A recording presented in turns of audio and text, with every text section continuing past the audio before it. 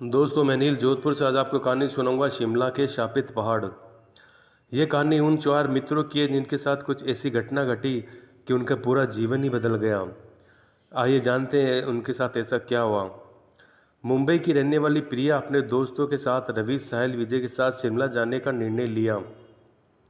वो सब शिमला जाने के लिए बस में बैठ गए। कुछ ही देर में प्रिया सो गई। अचानक प्रिया की नींद खुल गई। उसने देखा कि बस में कोई नहीं था, बस का ड्राइवर भी नहीं था। बस अपने आप ही चल रही थी। उसके चारों दोस्त भी बस में नहीं थे। ये सब देखकर डर के मारे प्रिया जोर जोर से चिल्लाने लगी। अचानक उसे लगा कि कोई उसके पीछे खड़ा है। जब उसने पीछे मुड़कर देखा तो वह एक स्त्री बैठी हुई थी। उस स्त्री का चेहरा जला हुआ था। ऐसा लग रहा था कि किसने उसके चेहरे पर एसिड फेंका हो। ऐसा भयंकर चेहरा देखकर प्रिया ने चिल्लाना शुरू कर दिया, बचाओ बचाओ बचाओ। और अचानक प्रिया की नींद उड़ गई। वो एकदम डरी और पसीने से पूरी भीग गई थी। पास में बैठे हुए विजय ने पानी की बोतल दी और बोला, शायद तुमने कोई सपना देखा होगा। थोड़ी देर में सब शिमला पहुंचकर होटल पर रात बिताने के लिए गए। दूसरे दिन वो सब साथ में मिलकर होटल के पास वाले पहाड़ पर घूमने का जाने का निर्णय लिया। करीबन आधे घंटे में वो सब पहाड़ की सबसे ऊंची शिखर पर पहुंच गए। वहीं से नीचे देखने पर उन्हें लीलेछम पेड़ पौधे काफ़ी सुंदर दिख रहे थे।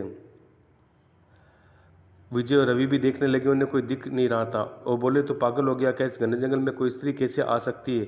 शायद तुम्हें कोई भ्रम हुआ होगा। ये सब खुली जगह पर चले गए। रात होने वाली थी, इसलिए सबने पहाड़ पर ही रुकने का निर्णय किया।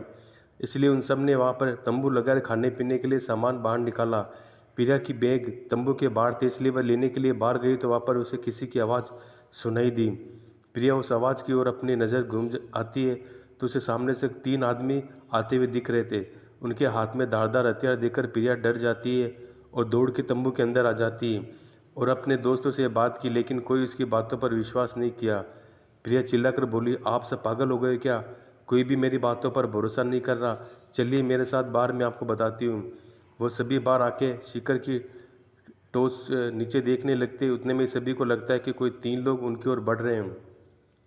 ये सब देखकर वो डर जाते हैं और तुरंत ही अपना सामान समेटने लगते हैं। बड़े से पत्थर के पीछे जाके छुप जाते हैं। थोड़ी देर में वो सब ऊपर आ जाते हैं।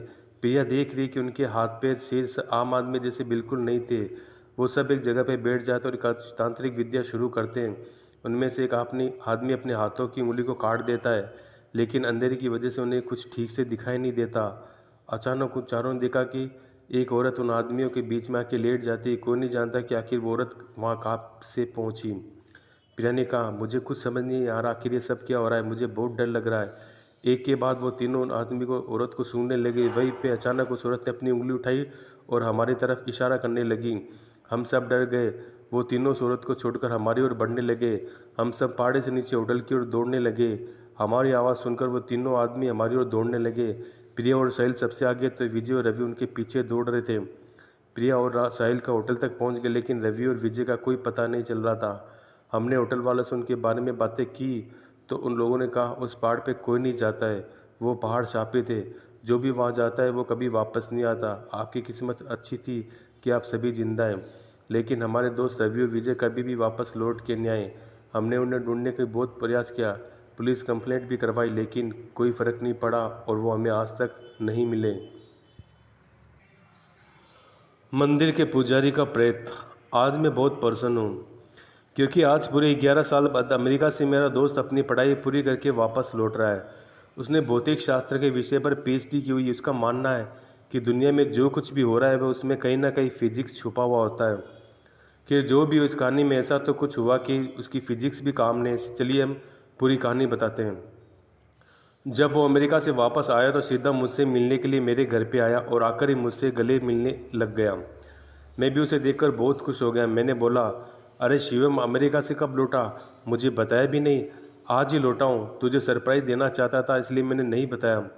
और बता, क्या हाल चाल है? घर में सब कैसे हैं? मैंने कहा, सब बढ़िया है, घर में भी सब अच्छे हैं। तू बता, तू कैसा है? पढ़ाई पूरी हो गई क्या?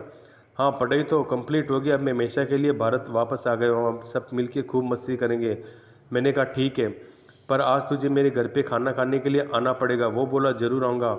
और हाँ, उसके बाद हम कहीं घूमने के लिए जाएंगे, कुछ तूफ़ानी करेंगे, ठीक है ना? मैंने बोला, ठीक है। उसके बाद हम दोनों ने रात को खाना खाने के बाद हमारे गांव के पुराने मंदिर घूमने के लिए गए। मैंने बोला, शिवम, क्या तुम्हें पता है ये मंदिर बहुत ही ज़्यादा प्रसिद्ध प्रसिद्ध है? उसने हैरान करके बोला, ओ तो ये तूफ़ानी अंदाज कि यार तुझे कोई अच्छी जगह नहीं मिली कि तू मुझे यहाँ ले आया मंदिर। मैंने बोला, तुम चलो तो सही, बहुत मज़ा आएगा। लोगों का मानना है कि यहाँ भूत प्रेत जैसी आत्माएं रहती है। शिवम, क्या सच में यहाँ पे भूत हैं? क्या तुम भी मजाक कर रहा है? मैं नहीं मानता। मैंने बोला, ठीक है, हम दोनों साथ में जाते और पता लगाते कि सच में यहाँ भूत है या नहीं। फिर हम दोनों मंदिर के अंदर चले गए। मंदिर काफ़ी बड़ा था और थोड़ा भयानक भी लग रहा था। ऐसा लग रहा था कई दिनों से साफ़ सफाई नहीं हुई। फिर हमने मंदिर के पुजारी से बात की। पंडित जी, हमने सुना है कि आसपास कोई भूत का निवास है, क्या ये बात सही है? ये सुनकर वो पुजारी हमको घूरने लगा और बोला, चले जाओ यहाँ से, यह जगह तुम्हारे लिए नहीं है। मैंने बोला, क्यों पंडित जी? पंडित जी, आओ हमारे साथ, मैं आपको बताता हूँ। इतना कह के वो हमें कमरे में ले गया और हम जैसे ही अंदर गए वो पुजारी ने बाहर से उस कमरे को लॉक कर दिया। ये देखकर मैं और मेरा दोस्त शिवम घबरा गए। वहाँ पे अंदर जाके देखा तो होश ही उड़ गए। उस रूम के अंदर कई सारे कंकर और हार्ड पिंजर पड़े थे। बहुत ज़्यादा गंदी बास आ रही थी। उतने में ही पीछे से दो बड़े भयानक दिखने वाले आदमी आए। उन्हें देख कैसे लग रहा था वो कोई साधारण इंसान नहीं बल्कि मांस खून पीने वाली नर बख्शी है। ये सब देखकर हम डर गए। हमने तो मान ही लिया था कि आज हम जिंदा नहीं बचेंगे। फिर हम दोनों ने एक दूसरे को कस के पकड़ा। हम दोनों एक कोने में गए। फिर हम दोनों बहुत चिल्लाए, बचाओ बचाओ, लेकिन हमें कोई बचाने के लिए नहीं आया। इतने में पंडित जी एक बड़ी चमत्कारिक तलवार लेकर हमारे रूम में आ गए। हम तीन फिर हम उन तीनों ने रूम में आग लगी मंत्रोच्चार करना शुरू कर दिया। हमें सब देखकर डर के मारे और ज़्यादा ज़ोर ज़ोर से चिल्लाने लगे। ठीक उसी समय किसी ने बाहर से हमारे रूम का दरवाज़ा खटखटाया। दरवाजे की खटखटाहट सुनकर उन तीनों ने रूम की आग बुझा दी और दूसरे कमरे में चले गए। हमने तुरंत ही उठकर उस रूम का दरवाज़ा खोल दिया। दरवाजे के सामने उस मंदिर के कुछ ट्रस्टी और आसपास के रहने वाले लोग खड़े थे। हम कुछ बोले इससे पहले उन लोगों ने हमें धमकाना शुरू कर दिया। तुम दोनों कौन हो? मंदिर में चोरी करने के लिए आए हो? सच बताओ वरना हम पुलिस को बुलाएंगे।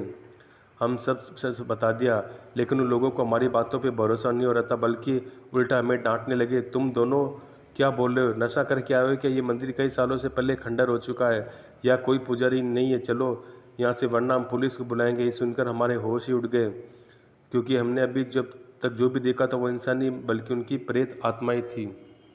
तो दोस्तों आज के लिए इतना ही। तब तक के लिए धन्यवाद। और दोस्तों आप मुझे अगर अपनी कहानी भेजना चाहते हो तो मैं मुझे अपनी इंस्टाग्राम आईडी पर भेज सकते हो। मेरे इंस्टाग्राम आईडी है अनिल सारस्वत 2021। दोस्तों आप उस पर मुझे अपनी कहानियाँ भेज सकते हो। मैं आपकी कहानियाँ अपने चैनल पर आपका नाम लेकर ज़रूर सुनाऊंगा और आप मुझे भेज सकते हो। और दोस्तों आप मुझे कमेंट्स भी करो कि आपको किस तरह की कहानियाँ सुननी है। जिस तरह की भी कहानियाँ आपकी सुननी हो मैं उस तरह की कहानियाँ आपको सुनाऊंगा। और हाँ, मेरा एक चैनल और है अन्नू शाह रिव्यू, जिसमें movie review, movie trailer, movie collection बारे में बताता हूँ मैं आपको। तो उसे भी आप सब्सक्राइब जरूर कीजिए। चैनल का नाम है अन्नू शाह रिव्यू।